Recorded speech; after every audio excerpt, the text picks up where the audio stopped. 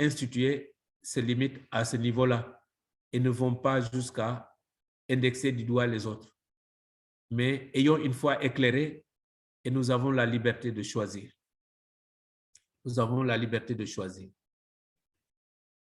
Point 18, les facteurs extra-théologiques. Quand on dit extra, c'est en dehors d'eux. Les facteurs extra-théologiques. Ce qui ne peut pas entrer en ligne de mire, en ligne de compte quand nous faisons la théologie. Une fois admise l'idée de posséder un nouveau recueil des textes sacrés, il est bien clair que le contenu de celui-ci s'est déterminé rapidement en fonction de toutes les polémiques qui ont nourri la vie chrétienne primitive.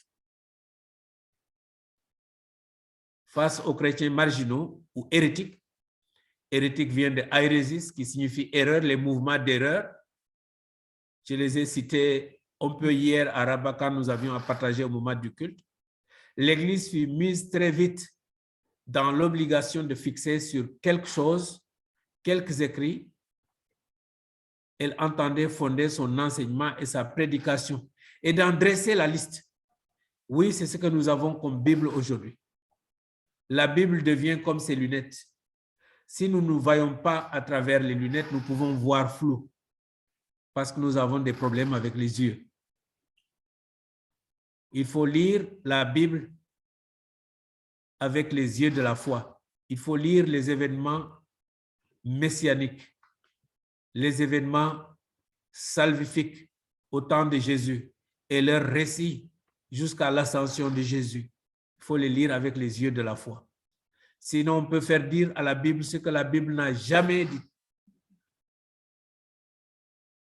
C'est malheureusement le cas dans beaucoup de nos cercles. Mais Dieu soit loué que nous avons cette opportunité pour partager un tout petit peu des expériences d'antan qui ont façonné les livres que nous avons aujourd'hui. Et ce qui fait que certains enseignements sont mis en berne parce que cela n'augmente rien à la foi si nous sommes sincèrement rivés à l'enseignement biblique.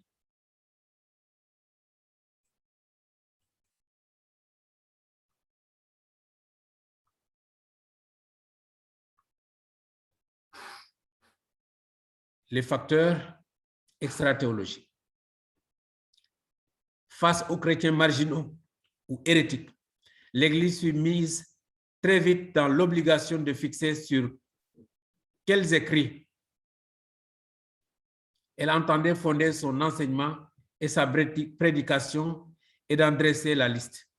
Oui, du même coup, les écrits sur lesquels se fondaient les groupes hérétiques se trouvaient exclus du canon. Là, je voudrais m'arrêter pour dire, nous avons l'enseignement sur la Trinité qui est beaucoup plébiscité et beaucoup discuté dans certains cercles religieux.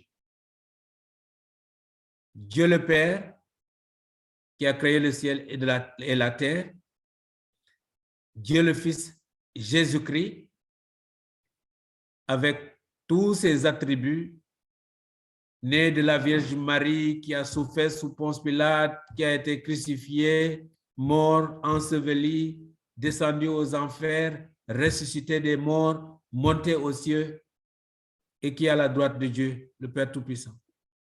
De là, il viendra pour juger les vivants et les morts. On continue avec le symbole de foi. Je crois à l'Esprit Saint, la Sainte Église universelle, la communion des saints, la rémission des péchés, la résurrection de la chair et la vie éternelle. Oups, ça c'est le symbole de foi. En 3 cataractes. Dieu le Père, Dieu le Fils et Dieu le Saint-Esprit. Un mouvement d'erreur est un mouvement qui diminue une personne de la Trinité. Si vous mettez l'emphase sur Dieu le Créateur et négligez Dieu le Fils et Dieu le Saint-Esprit, vous avez tout faux. Si vous mettez l'emphase sur le Fils et vous négligez Dieu le Créateur et Dieu le Saint-Esprit, vous avez tout faux. Et si vous mettez l'emphase sur Dieu le Saint-Esprit, vous négligez Jésus-Christ l'essentiel et Dieu le Créateur, vous avez tout faux. Ce n'est pas 3 dieux, c'est un seul Dieu qui agit en tous pour tout et tout cela pour Jésus-Christ. Le Logos par lequel Dieu a créé. Face aux insinuations des païens qui laissaient entendre que le culte chrétien donnait lieu à des débordements immoraux. Pasteur Jourov nous a une fois enseigné sur l'épître aux Éphésiens, ces mauvais cultes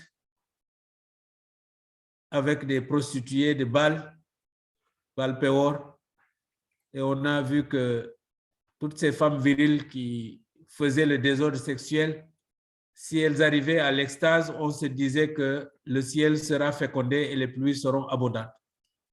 C'était du désordre, juste de l'immoralité.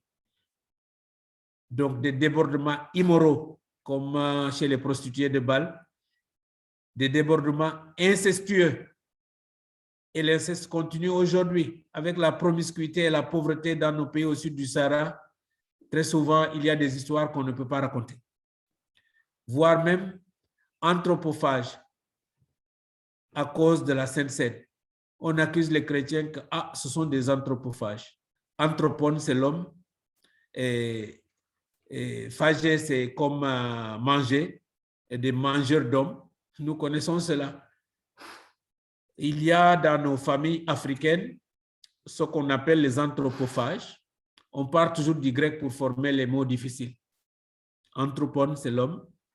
Et donc, phage comme manger. Vous avez tout ce qui touche à l'eau sauvage, tout ce qui touche à avaler, c'est phage. On parle de la phagocytose, phage. Donc, les anthropophages sont au milieu de nous. Je peux naître au milieu d'une famille et être accusé d'anthropophage et le reste de la famille ne connaît rien. Quand on dit connaît rien, c'est dormir et se réveiller. Mais moi, je marche avec les sorciers, les charlatans et je tue les gens et je verse du sang et je fais des sacrifices de personnes et je mange la chair humaine. Tout cela qu'on ne peut pas raconter existe dans nos sociétés africaines. Vous savez que les Africains ne sont pas très éloignés de la Bible. Quand ça a chauffé avec Jésus de Nazareth, son père et sa mère ont fui en Égypte, ici en Afrique. L'Église a dû officialiser la liste des textes qui fondaient sa doctrine afin que chacun puisse se rendre compte qu'elle ne contenait rien de repoussant, ni de barbare, ni de politiquement révolutionnaire. Cette liste était pour notre lumière. Cette liste suffisait pour témoigner de notre foi. Cette liste suffisait pour prêcher et changer de comportement. Parce que tout ce que nous faisons, c'est éclairer notre foi. Nous avons déjà la foi. Personne n'enseigne quoi que ce soit à personne. Mais c'est revisiter le trésor de notre foi. Ces histoires anciennes qui restent là et qui nous galvanisent. Ce qui nous rend différents des autres, c'est que nous allons mourir les yeux ouverts parce que nous voulons rien que la vérité et une vérité dont nous sommes témoins devant nos yeux. Il faut que le témoignage soit donc clair.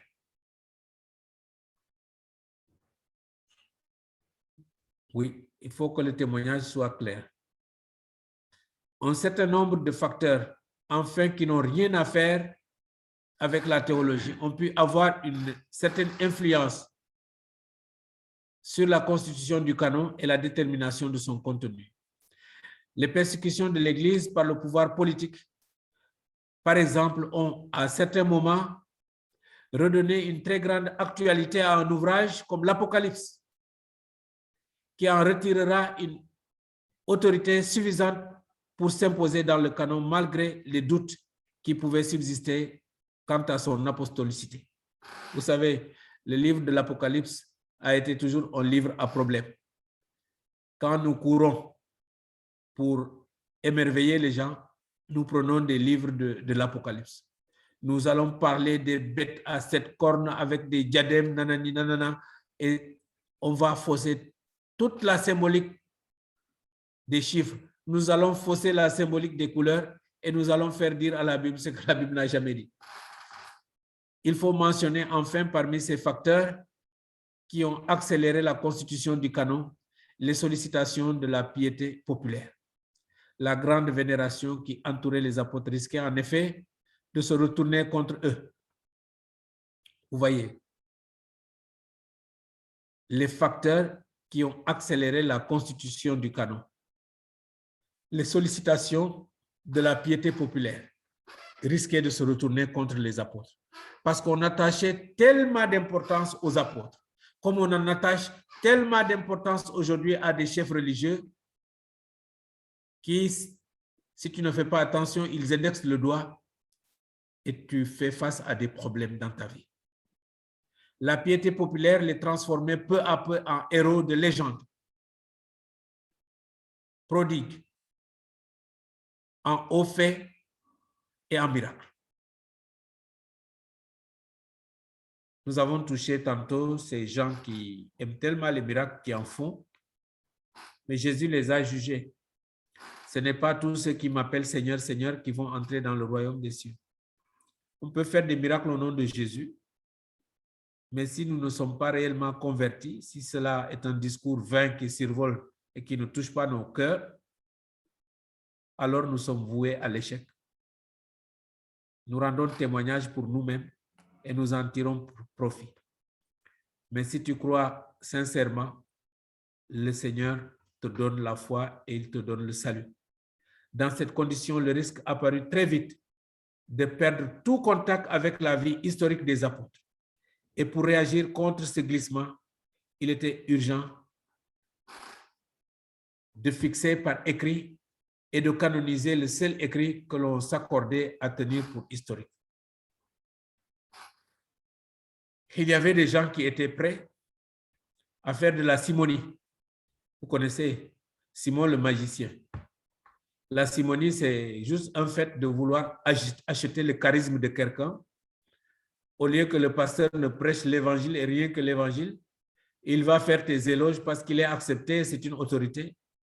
Et là, tu t'imposes pour mieux phagocyter le bien des fidèles. Donc, faisons attention de ne pas vivre dans une situation de simonie où nous achetons de la magie pour émouvoir l'Église. Vous verrez dans cette fameuse toile, l'Internet, des pasteurs qui, je ne sais jusqu'où ces affirmations sont vraies, des pasteurs qui pactisaient avec des sirènes de la mer pour gagner en notoriété et en puissance, et ils viennent nous bourrer avec des enseignements qui ne sont pas théologiques. Certains même dans leur louange, quand tout le vacarme est en train de sonner, tu entends les noms des sirènes loués dedans. Jusqu'où ces enseignements sont vrais, je n'ai pas la quintessence du réel pour sonder ces Écritures, mais restons à la lisière du possible, restons dans ce qui est audible. Aller se prostituer au diable pour avoir une puissance dans l'Église du Seigneur ne saurait prospérer et cela conduit inexorablement à la mort, la séparation d'avec Dieu, parce que Dieu est un Dieu saint et pur. Nous arrivons au point 40. Les autres livres du canon, voilà qu'on est en train de nous arrêter, donc on s'arrête là. Voilà, non, c'est juste pour vous rappeler que vous m'aviez demandé de vous rappeler quand il serait temps. Bon, je pense qu'il est... bon, peut-être je vais vous proposer, enfin, du moins, je vais nous proposer de prendre une petite pause de 7 minutes. Et ensuite, pasteur, j'aurais voulu peut-être que nous revenions avec les quelques questions qui ont été posées en amont. Il y a quelques questions qui ont été posées. Et puis, dernièrement, nous n'avons pas pu épuiser toutes les questions qui avaient été posées. Et ça serait peut-être, bon, vous verrez dans votre manière de faire, peut-être réserver quelques minutes avant la fin de la séance pour déjà là, au retour, après les 7 minutes, commencer avec les questions qui ont été posées aujourd'hui et finir la séance avec les questions qui avaient été posées lors de la séance passée. D'accord, pasteur.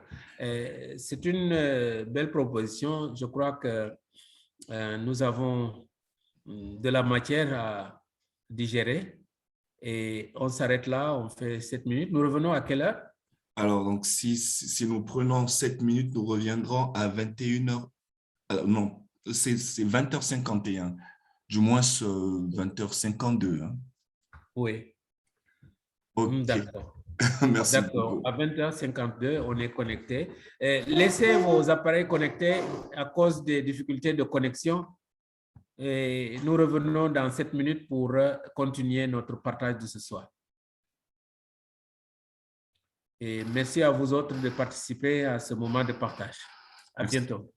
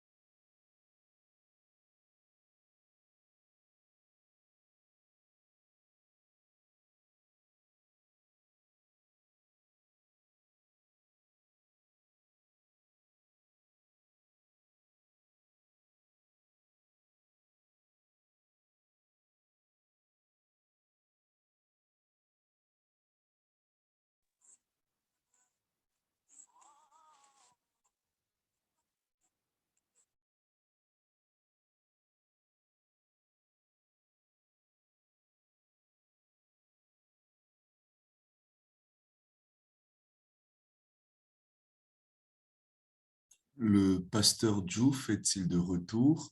Je pense.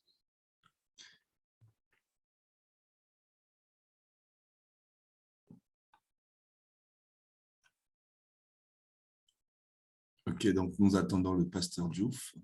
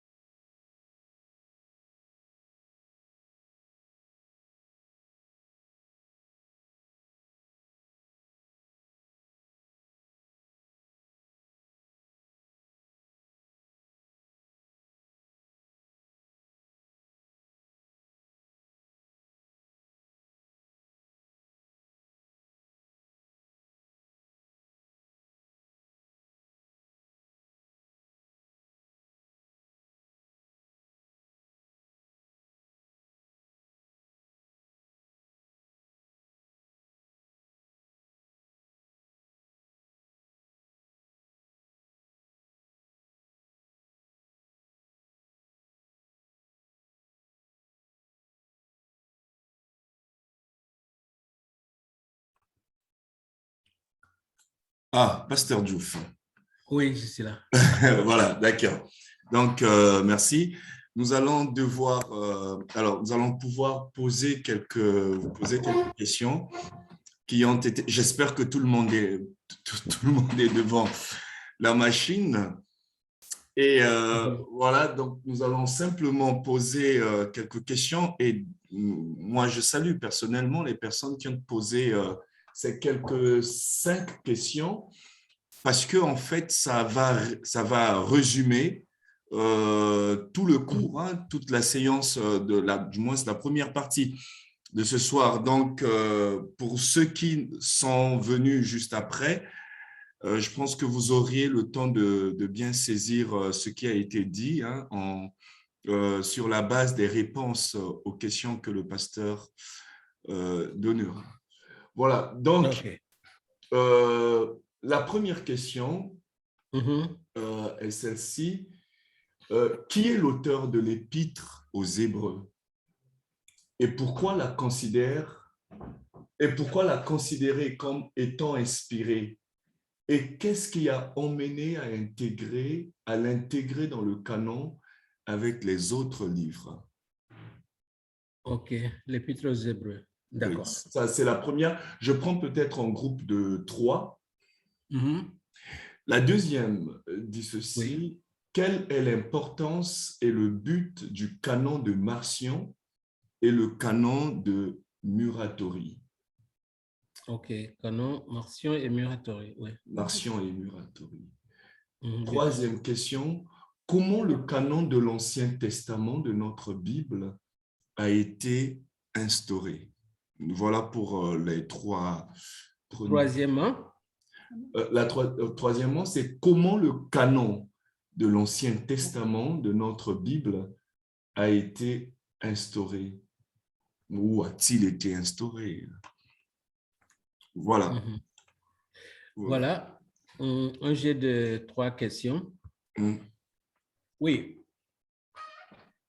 Qui est l'auteur de la lettre aux Hébreux?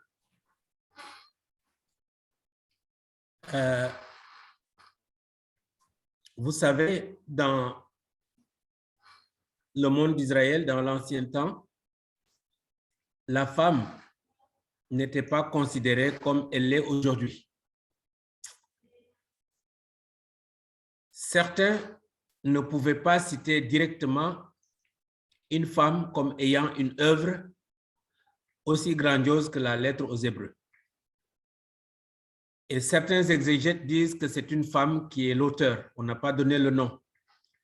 Mais on a fait taire son nom tout simplement pour la simple raison que on n'admettait pas qu'une femme écrive un document ayant autant d'autorité. Donc, dire que c'est quelqu'un, un homme s'est attribué à Paul, ben, les exégètes ne sont pas du tout d'accord là-dessus, mais j'ai retenu dans mes lectures que c'est une femme qui aurait été l'auteur de la lettre aux Hébreux. Si le pasteur a d'autres informations, nous lisons tous. Peut-être que si vous lisez les commentaires, ça et là, vous verrez que il n'y a pas un auteur qu'on peut citer comme Paul, mais on parle d'une femme qui aurait écrit cette lettre